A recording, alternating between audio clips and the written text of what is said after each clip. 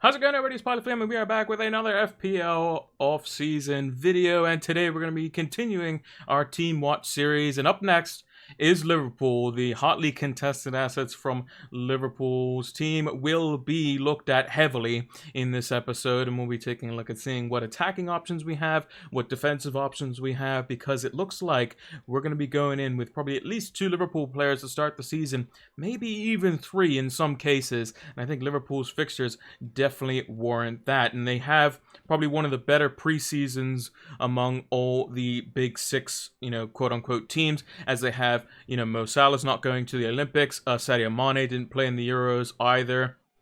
Van Dijk's had basically the whole summer to kind of heal himself up and get himself ready for the new season. Trent was injured at the beginning of the Euros, but is fully recovered now. Robertson got taken out early in the group stages with Scotland. So they have all of their kind of like their main guns are there. The only person would be Jordan Henderson, who has had a bit of injury over the last season. So maybe there's something to be had there, as he's kind of the captain of the team. But we'll be taking a look at all the assets that I'm interested in, ones that I'm not so interested in, and we'll be taking a look at their transfer activity as well, because that is important for Liverpool going into this season, as I think they need to strengthen in a couple areas, but they've done so already. If you haven't done so already, make sure to hit that like button if you are enjoying it. Subscribe to the channel if you are new, if you haven't done so already and are enjoying the content, as well as give us a follow over on Twitter so that you can keep up to date with any and all FPL info there. I've been retweeting a bunch of transfer news during this off season, as well as give us a follow over on Twitch so that you can see when we go live for our preview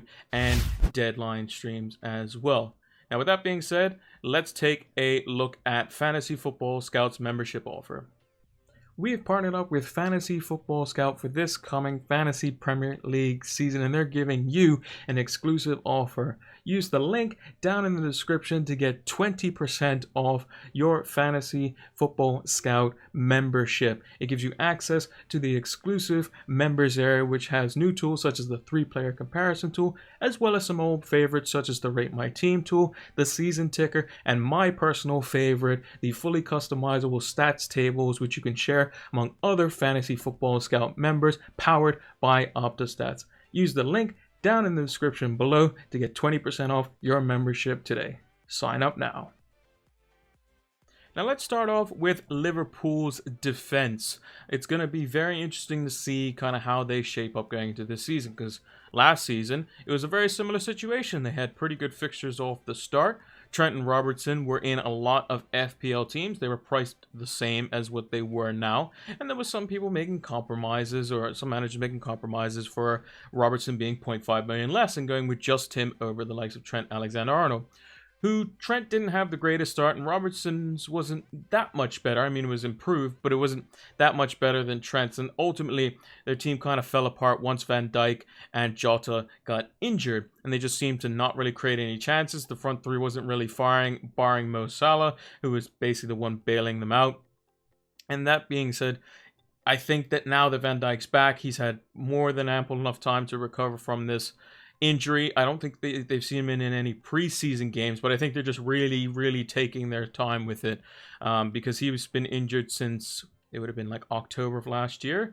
So coming into August, you're looking at 10 months now. So he's definitely had probably more than the allotted time that they probably would have anticipated. They were thinking 8 to 9 months. He's getting definitely more than that. He's had a proper preseason, didn't go to the Euro. So I think him being back in the team, the leadership qualities is definitely up there. Stats-wise, Liverpool had the most shots in the box with 406. That was 12 more than Man City's 394.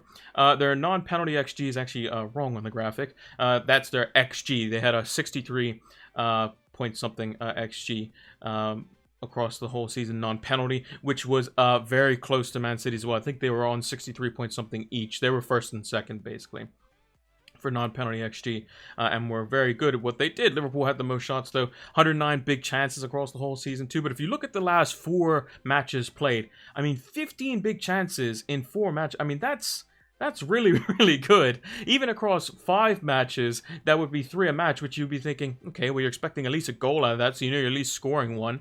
And, 60 shots, almost 60 shots in the box, that you're averaging 15 shots in the box per match, which is insane. 9.05 non-penalty XG, and like that's just crazy numbers. And it stems from the fact that Trent Alexander-Arnold, when he came back, was firing. Robertson was firing. I mean, look, 11 chances created, 14 for Trent Alexander-Arnold. Trent had 4 shots inside the box, Robertson with 1. And you can see Trent's XGI for 4 matches almost was involved in 2 goals. So that looks to be quite good. Van Dijk, in the few games that he played, he did have 1 shot on target. He's not going to be more of the, kind of the one picking up, the odd goal here and there, or an assist. He's going to be kind of a set-piece threat. He did score a brace a couple seasons ago, early on in the campaign. For 6.5 million, there's definitely a conversation there. He's going to be involved in bonus because he does rake a lot of long passes that are accurate. And when they do find the target, that does generate a lot of BPS. He's very good passing-wise. And if it is a low-scoring game, typically Mo Salah or Sadio Mane don't really get the bonus. It's going to come from the fullbacks or Van Dijk, most likely because of their pass completion and their chance creation. So expect Van Dijk to be a big part of Liverpool this season, assuming he stays fit. And for all football purposes, I'm a United fan. I don't wish injury upon anyone. I would like to see Van Dijk back in Liverpool's team because I think they're a much stronger outlet and you want to be able to beat the teams when they're at their best. So everyone's going to be gunning for Man City this season. So if they can keep their whole team together, everyone's going to be hoping to beat them and say, hey, look, we beat your best team. And same thing goes for Liverpool, having won the league 2 seasons ago. Now, with that being said, let's take a look at some of the attacking assets for Liverpool going into the season.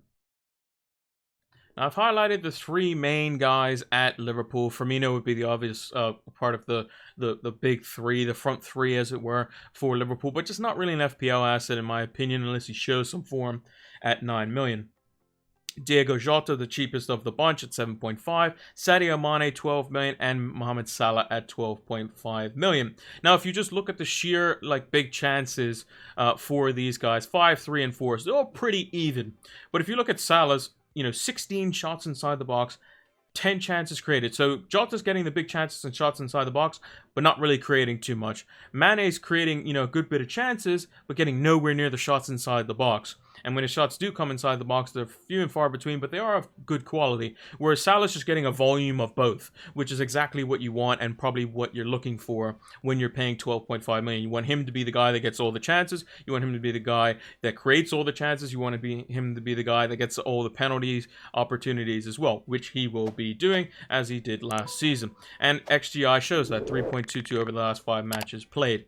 With Jota, his price is very good, but we can't guarantee his starting position. Mane, you're only paying 0.5 million more for Salah, and he's going to be someone who stats-wise wasn't up to it last season. Now, the season before last, you can argue that Mane, even though Salah, I think they tied on the Golden Boot a couple seasons ago. Mane was arguably the better player and had interest from top European clubs such as Real Madrid and Barcelona and teams like that. So it's going to be interesting to see how it plays out this season. But Salah is on penalties. Everyone's going to have him game week 1. You got Norwich away, Burnley at home, 2 fantastic fixtures. Chelsea at home is obviously going to be difficult. Leeds away should be, a shootout like it was in the opening game of last season when it was 4-3 between Liverpool and Leeds. But I think that Salah in your team is pretty much a lock, and I think Trent's probably going to be a lock as well, assuming both are fit and available to start the season. It's just a matter of, do you go for the 3rd Liverpool player? And in my opinion, I think that you're going to be looking at price point. Now, with Robertson, you can always go down. You can always go from his price point at 7 million in defense and drop him down to a 6.5 like a Van Dijk, a 5.5, a 6 million, a 4.5, or even a 4.0 dud if you're trying to upgrade somebody massively in midfield or in attack. Whereas Jota, he's you can't really go up easily to anyone that you'd probably want other than maybe the likes of Phil Foden, who's at 8 million. And you can't really go down to anyone unless it's a budget midfielder, which there's going to be a lot of managers out there that are going to have budget midfielders off the start, I think. I think the likes of Ismail Assar, I think the likes of Rafinha, Harrison, Buendia, these sorts of players, there's going to be slots filled, at least one, I think, in teams that are all going to go 3-4-3. At least one of those slots is going to be one of those price points, and I think it is a good price point. And I just think Rafinha, someone who's nailed on, costs 1 million less, plays for Leeds who attack, not as much as Liverpool, but it's damn near close for a team that just got promoted last season. they are going to do quite well. And I think Rafinha is going to be a part of that. And he's going to start every game if he's fit and available. Whereas Jota, you can't guarantee that. And if you get Jota in off the start, let's say he doesn't start the first game, comes on, doesn't really do too much, then you're looking at a price drop. And early on in the season, price drops can hurt you badly. So I think with the template team off the start, or this so-called template team, the high-owned players that everyone's going for, the likes of Salah, Trent Alexander-Arnold, these sorts of players that everyone's kind of going to be going on and have the majority of across all managers, I think are ones that you have to stick to off the start. And then as things develop, maybe some transfers come in, the January transfer window, that sort of stuff kind of looms around, the Christmas period, the rotation. That's when you can start to say, okay, where can I get the edge here? Where can I up my game? But if you're in and around it off the start, you're doing okay. But if you get it wrong off the rip, you could be in for a bad season. Like myself, I didn't have a very great start to last season, and I wasn't able to recover it at all. I just didn't make good decisions because I was thinking to myself, oh, I have to make a good decision now. So I think Jota could be that kind of player where, if he starts off good, okay, cool, you can always get him. You can always, upgrade the likes of a Buendia and downgrade Robertson. But Robertson's going to start every week, which is why, and for 0.5 million less, I think he's probably going to potentially provide more in terms of BPS and just points overall, because Liverpool's, first two fixtures, you're probably thinking 2 clean sheets as well. So I think personally, if you're going to go for a triple up, Salah, Robertson, and Trent Alexander-Arnold are the 3 you definitely go for. Now, with that being said, let's take a look at some of the transfer activity that Liverpool are looking to do and have done already in this summer transfer window. Now with Liverpool, it was pretty much plain and simple. Get in a centre-back and get Van Dijk and Gomez back fit, and make sure you have enough centre-backs going into this season, because last season, every centre-back that they had basically got injured at some point. Even Nat Phillips got injured, who was like their 5th choice centre-back. They were going into the season pretty threadbare, I think, if one of them got injured off the start, which, unfortunately, they had 3 get injured off the start, realistically. So you had Van Dijk, who got injured initially. Then Gomez got injured in, I think it was England training, I want to say. Not shortly after that. And then the likes of Matip was out, came back, got injured again, and then was done for the season. So then they were down to basically playing, Henderson and Fabinho as centre-backs, or use Reece Williams and Nat Phillips. Now they have a lot more backing. They've gone and bought Ibrahim Konate from RB Leipzig, and that was around 40 million euros or 34.6 million pounds equivalent. And these are approximations, as you can see on the note on the graphic. These are just pulled from Transfermarkt. And he's come in and he's 5.5 million in FPL. Now, if he's starting game in, game out, and you wanted that triple Liverpool, and you wanted that second defender, he's just going to be someone that's probably going to be a little bit of an aerial threat, but is probably going to rack up some bonus and lower scoring points, lower scoring affairs with passes out from the back, as he is a very adept passer of the ball. But again, you're probably going to be looking at the fullbacks and Salah if you're going for a triple up. But he's just there at a very interesting price point. He's 1 million, completely less than Van Dijk as well. Manuel Pellegrini from the likes of Roma is also on the radar of Liverpool as well. He kind of plays a number 10 role, so I'm not really sure what Liverpool are going to do in regards to that if they were to sign him. I think he's probably potentially not the player that they're looking for. I think they need more of a functional midfielder, which is on to our next player that's rumored to Liverpool, also rumored to Manchester United and another unnamed Premier League club, as well as a potential swap with Barcelona, and that's Saul, who's somebody he's 26 years old. He's looked at around 40 to 50 million euros. He does have a massive release clause, but Atletico Madrid are looking to potentially part ways with him because he wants to leave. So, and he thinks that the Premier League could be that opportunity, or Barcelona if it was the swap deal. Now, he would be perfect, I think, for both Liverpool and United. He could play the number 6 role because he's very good at tackling. He's got bundles of energy, and he's fantastic under pressure and passing the ball just in general, which is perfect for someone who can play a deep lying role. You can have him as more of the deeper midfielder in a double pivot, and you can have him as probably the out and out 6, kind of similar to the way Michael Carrick sort of played as well. If Liverpool were to play him, they'd probably play him in more of the box to box role. I can see him and Thiago being like the 2 8s in that system, with Fabinho anchoring it, and he would basically come in and replace the likes of Jordan Henderson. So Jordan Henderson, I think, is 31, going 32, has a few injuries, so he would be kind of that replacement on that front, and also take up the mantle of Gini Wijnaldum, who's also gone to Paris Saint-Germain on a free transfer, who was initially rumored to be going to Barcelona, and then PSG came in, splashed the cash, said, here, have a lot more money in your contract, and Wijnaldum said, why not? I get to go play with Neymar and Mbappe, so he definitely did that as well. Grujic is somebody who is, potential prospect as well. I believe he's going to Porto, and not somebody who is going to be, he was going to be potentially involved, but I didn't see it likely. Liverpool typically doesn't rotate their team too much, or like maybe a forward every now and again, but not really anyone else. If, the back four's fit, they all play, and the midfield maybe gets changed around from time to time, but Liverpool's system ultimately broke down last season because of the constant year after year after year of playing the same team over and over and over and over again. They're so successful, and they just kind of burnt out of steam, and then injuries caught up to them.